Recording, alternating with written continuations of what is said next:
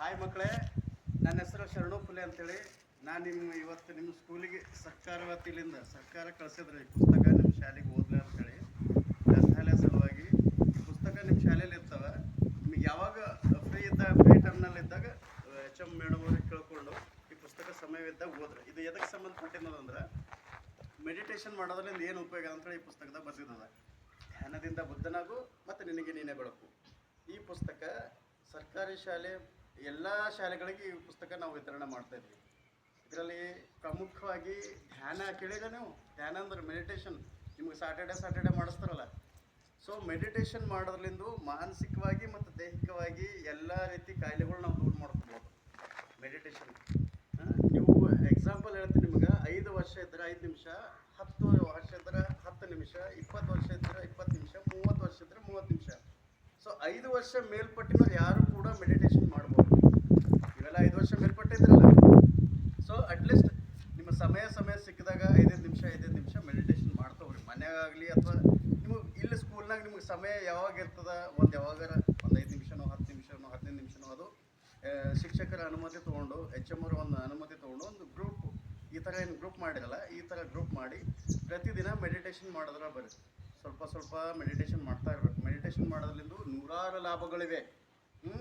ನಾವು ಏಕಾಗ್ರತೆ ಆಗ್ತೀವಿ, ಮನಸ್ಸು ಶಾಂತಿ ಇರ್ತದೆ, ಚಂಚಲ ಆಗಲ್ಲ, ಮನಸ್ಸು ಶುದ್ಧಿ ಆಗ್ತದೆ, ಮನಸ್ಸಿನಲ್ಲಿದ್ದಂಥ ಎಲ್ಲ ವಿಕಾರಗಳು ದೂರ ಆಗ್ತಾವೆ. ವಿಕಾರ ಅಂದ್ರೆ ಗೊತ್ತದಲ್ಲ, ಕೋಪ, ತಾಪ, ಸಿಟ್ಟು, ದ್ವೇಷ, ಅಹಂಕಾರ ಇವೆಲ್ಲ ದೂರ ಆಗ್ತಾವೆ. ದಯಾ, ಕರುಣೆ, ಪ್ರೀತಿ, ವಿಶ್ವಾಸ ಮೂಡ್ತದ್ರಿ. ನೀವಿನ್ನ ಚಿಕ್ಕವರಿದ್ದರು ಸ್ವಲ್ಪ ಅಂತೂ ಮಾಡಲೇಬೇಕು. 5 ನಿಮಿಷ, 10 ನಿಮಿಷ, 15 ನಿಮಿಷ, 20 ನಿಮಿಷ ಮೆಡಿಟೇಷನ್. ಮತ್ತು ಇದ್ರಾಗ ಯಾವುದು ಜಾದೂ ಚಮತ್ಕಾರ ನಥಿಂಗ್. ಮೆಡಿಟೇಷನ್ ಸಿಂಪಲ್ ಅದ. ಇನ್ಹೇಲ್ ಎಕ್ಸೆಲ್, ಶ್ವಾಸ ತಗೊಳ್ಳೋದು, ಶ್ವಾಸ ಬಿಡೋದು. ಅದು ಕಣ್ಣು ಮುಚ್ಕೊಂಡು ನಾ ಹೇಳ್ತೀನಿ ನೋಡಿ, ನಿಮ್ಗೆ ತೋರಿಸ್ತೀನಿ. ಈಗ ನೀವು ಮನೇಲಿ ಆದ್ರೆ ಈ ಥರ ಕುಂತಂತ ತಿಳ್ಕೊಳ್ಳಿ, ಜಸ್ಟ್ ಸಿಂಪಲ್. ಕಂಫರ್ಟೇಬಲ್ ಆಗಿ ಕೂಡಬೇಕು. ಕೈಗಳು ಈ ಥರ ಇಡ್ಬೋದು, ಈ ಥರ ಇಡ್ಬೋದು ಕೈ, ಓಕೆನಾ? ಅಥವಾ ಹಿಂಗೆ ಇಡ್ಬೋದು, ಟೋಟಲ್ ಕೈ ಈ ಥರ ಹಿಂಗೆ ಇಡ್ಬೋದು.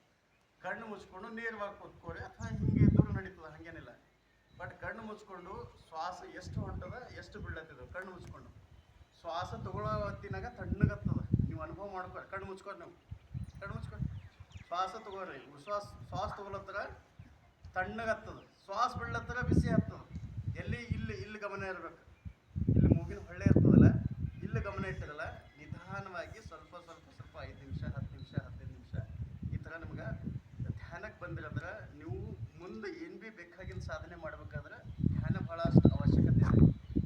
ದೊಡ್ಡ ಅಧಿಕಾರಿಗಳಾಗಬೇಕು, ನೀವು ಉನ್ನತ ಸ್ಥಾನದಾಗ ಬರಬೇಕು, ಸಮಾಜದಾಗ ನಿಮ್ಮದೇ ಆದ ಒಂದು ಕೊಡುಗೆ ಬೇಕಾಗ್ತದೆ. ನೀವೇನೋ ಚಿಕ್ಕವರಿದ್ದೀರಿ ಓಕೆ, ಬಟ್ ಚಿಕ್ಕವರಿದ್ದಾಗಿನಿಂದ ಹಿಡ್ಕೊಂಡೆ ನಾವು ಶಿಕ್ಷಣ ಹಿಡ್ಕೊಂಡು ಹೋಗ್ಬೇಕಾಗ್ತದೆ. ಶಿಕ್ಷಣ ಏನದ, ನೀವು ಏನೇ ಸಾಧನೆ ಮಾಡ್ಬೇಕಾದ್ರೆ, ಈಗ ನೋಡ್ರಿ, IAS, IPS, doctor, engineer, police ಅಥವಾ ಶಿಕ್ಷಕರು ಏನು ಭೀ ಆಗ್ಬೇಕಾದ್ರೆ ಮೊದಲು ಏನು ಬೇಕು? ಶಿಕ್ಷಣ ಬೇಕು. ಸರಿಯಾಗಿ ಓದಬೇಕು, ತಂದೆ ತಾಯಿ ಏನು ಹೇಳ್ತಾರೆ ಅದನ್ನು ಕೇಳಬೇಕು. ಸ್ಕೂಲ್ನಲ್ಲಿ ಬಂದರೆ HM ಆಗಲಿ, ಶಿಕ್ಷಕರಾಗಲಿ, ಟೀಚರ್ಸ್ ಆಗಲಿ ಏನು ಹೇಳ್ತಾರೆ, ಏನು ಪಾಠ ಹೇಳ್ತಾರೆ ಸರಿಯಾಗಿ ಕೇಳಬೇಕು. ಹೋಮ್ವರ್ಕ್ ಮಾಡೋದಾಗಲಿ, ಅವ್ರು ಏನು ವಿಷಯಗಳು ಹೇಳ್ತಾರೆ ಎಲ್ಲ ಪ್ರತಿಯೊಂದು ಸರಿಯಾಗಿ ಮಾಡ್ಕೊಂಡು ಬಂದಿರಲ್ಲ, ಒಳ್ಳೆಯ ವಿದ್ಯಾರ್ಥಿಗಳು ಅನ್ಸ್ಕೊತೀವಿ ನಾವು. ಒಳ್ಳೆಯ ಸಂಸ್ಕಾರ ಕಲಿಬೇಕು. ಸಂಸ್ಕಾರ ತಂದೆ ತಾಯಿನೂ ಹೇಳ್ತಾರೆ ಸಂಸ್ಕಾರ, ಮತ್ತು ಶಾಲೆಯಲ್ಲಿ ಬಂದರೆ ಶಿಕ್ಷಕರು ಹೇಳ್ತಾರೆ. ಶಿಕ್ಷಕರು ಏನು ಹೇಳ್ತಾರೆ ಅದು ನೀವು ದಯವಿಟ್ಟು ಸರಿಯಾಗಿ ಕೇಳಿ. ನಿಮ್ಗೇನೂ ಅರ್ಥ ಆಗ್ಲಿಕ್ಕಿಲ್ಲ ಅಂತ ತಿಳ್ಕೊರಿ. ಯಾವುದೋ ಒಂದು ಪಾಠ ಗೊತ್ತಾಗ್ಲಿಕ್ಕಿಲ್ಲ ಅಂತಂದ್ರೆ ನೀವು ಪದೇ ಮತ್ತೆ ಕೇಳ್ಬೋದು. ನನಗೆ ಇದು ಗೊತ್ತಾಗಿಲ್ಲ, ದಯವಿಟ್ಟು ಇನ್ನೊಂದು ತಿಳಿಸೋರಿ ಅಂತೇಳಿ ಶಿಕ್ಷಕರಾಗಲಿ, ಮೇಡಮ್ ಆಗಲಿ, ಸರ್ ಆಗಲಿ, ಯಾರು ಭೀ ಆಗಲಿ, ಸರ್ ನನಗೆ ಇದು ಗೊತ್ತಾಗಿಲ್ಲ, ಇದು ಲೆಕ್ಕ ಗೊತ್ತಾಗಿಲ್ಲ, ಇದ್ರ ಬಗ್ಗೆ ಸ್ವಲ್ಪ ಇನ್ನೊಂದು ಹೇಳ್ಕೊಡ್ತಾರೆ. ಸರಿಯಾಗಿ ಓದ್ತೀರೇ? ಜೋರಾಗಿ ಮಾತಾಡ್ರಿ. ಓದ್ತೀರೇ? ಎಸ್ ಅನ್ರಿ. ಸರಿಯಾಗಿ ಓದ್ತೀರೇ? ತಂದೆ ತಾಯಿ ಮಾತು ಕೇಳ್ತೀರೇ? ಶಿಕ್ಷಕರ ಮಾತು ಕೇಳ್ತೀರೇ? Okay. Doctor APJ Abdul Kalam ಅವ್ರು ಏನು ಹೇಳ್ತಾರೆ ಅಂದ್ರೆ, ಮಕ್ಕಳೇ ಕನಸು ಕಾಣಿ, ಅದ್ರ ಹಂಗೆ ನೀವು ಪ್ರಯತ್ನ ಪಡ್ರಿ ಅಂತ. ಕನಸು ಏನು ಕನಸು ಕಾಣ್ತೀರಪ್ಪ ಅಂದ್ರೆ, ದೊಡ್ಡ ಅಧಿಕಾರಿ ಆಗೋದು. IAS, IPS, doctor, engineer, police, ನಿಮಗೆ ಯಾವ್ದು ಕ್ಷೇತ್ರದಾಗ ಇಷ್ಟ ಅದಲ್ಲ ಅದ್ರ ಬಗ್ಗೆ ನೀವು ಕನಸು ಕಾಣ್ರಿ. ಬಟ್ ಕೇವಲ ಕನಸು ಕಾಣಿದ್ರೆ ಆಗಲ್ಲ, ಅದ್ರ ಹಂಗೆ ಪ್ರಯತ್ನ ಪಡ್ಬೇಕಾಗ್ತದೆ. ಆ ಪ್ರಯತ್ನ ಪಡ್ಬೇಕಾದ್ರೆ ಏನು ಪ್ರಮುಖವಾಗಿ ಏನು ಬೇಕು? ಶಿಕ್ಷಣ ಬೇಕು. ಸರಿಯಾಗಿ ಓದಬೇಕು, ತಂದೆ ತಾಯಿ ಮಾತು ಕೇಳಬೇಕು. ಸ್ಕೂಲ್ನಲ್ಲಿ ಬಂದ್ರೆ HM, ಶಿಕ್ಷಕರು, ಎಲ್ಲ ಟೀಚರ್ಸ್ಗಳು ಮಾತು ಕೇಳಬೇಕು. ಹೋಮ್ವರ್ಕ್ ಸರಿಯಾಗಿ ಬರೀಬೇಕು, ಸರಿಯಾಗಿ ಓದಬೇಕು. ನಿಮ್ಮ ಕಾಲ ಮೇಲೆ ನೀವು, ನಿಮ್ಮಲ್ಲಿಂದ ಸಮಾಜ ಬದಲಾವಣೆ ಆಗಬೇಕು. ನಿಮ್ಮ ಕಾಲ ಮೇಲೆ ನೀವು ನಿಂತ್ಕೊಂಡು ಸಮಾಜದಾಗ ಉತ್ತಮ ಪ್ರಜೆ ಆಗಿ ಬರ್ಬೇಕು ನೀವೆಲ್ಲರೂ. ಓಕೆನಾ? ಜೋರಾಗಿ ಓಕೆನಾ? Okay, thank you.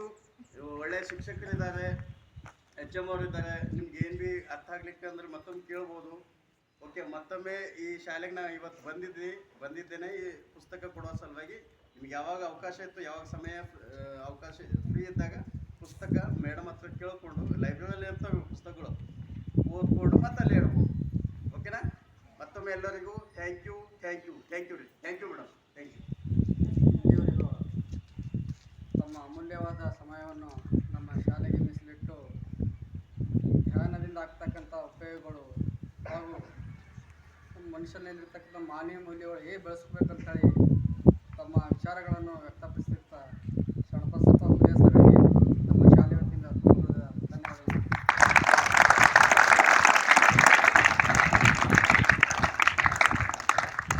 ಹೋದ್ರಾ?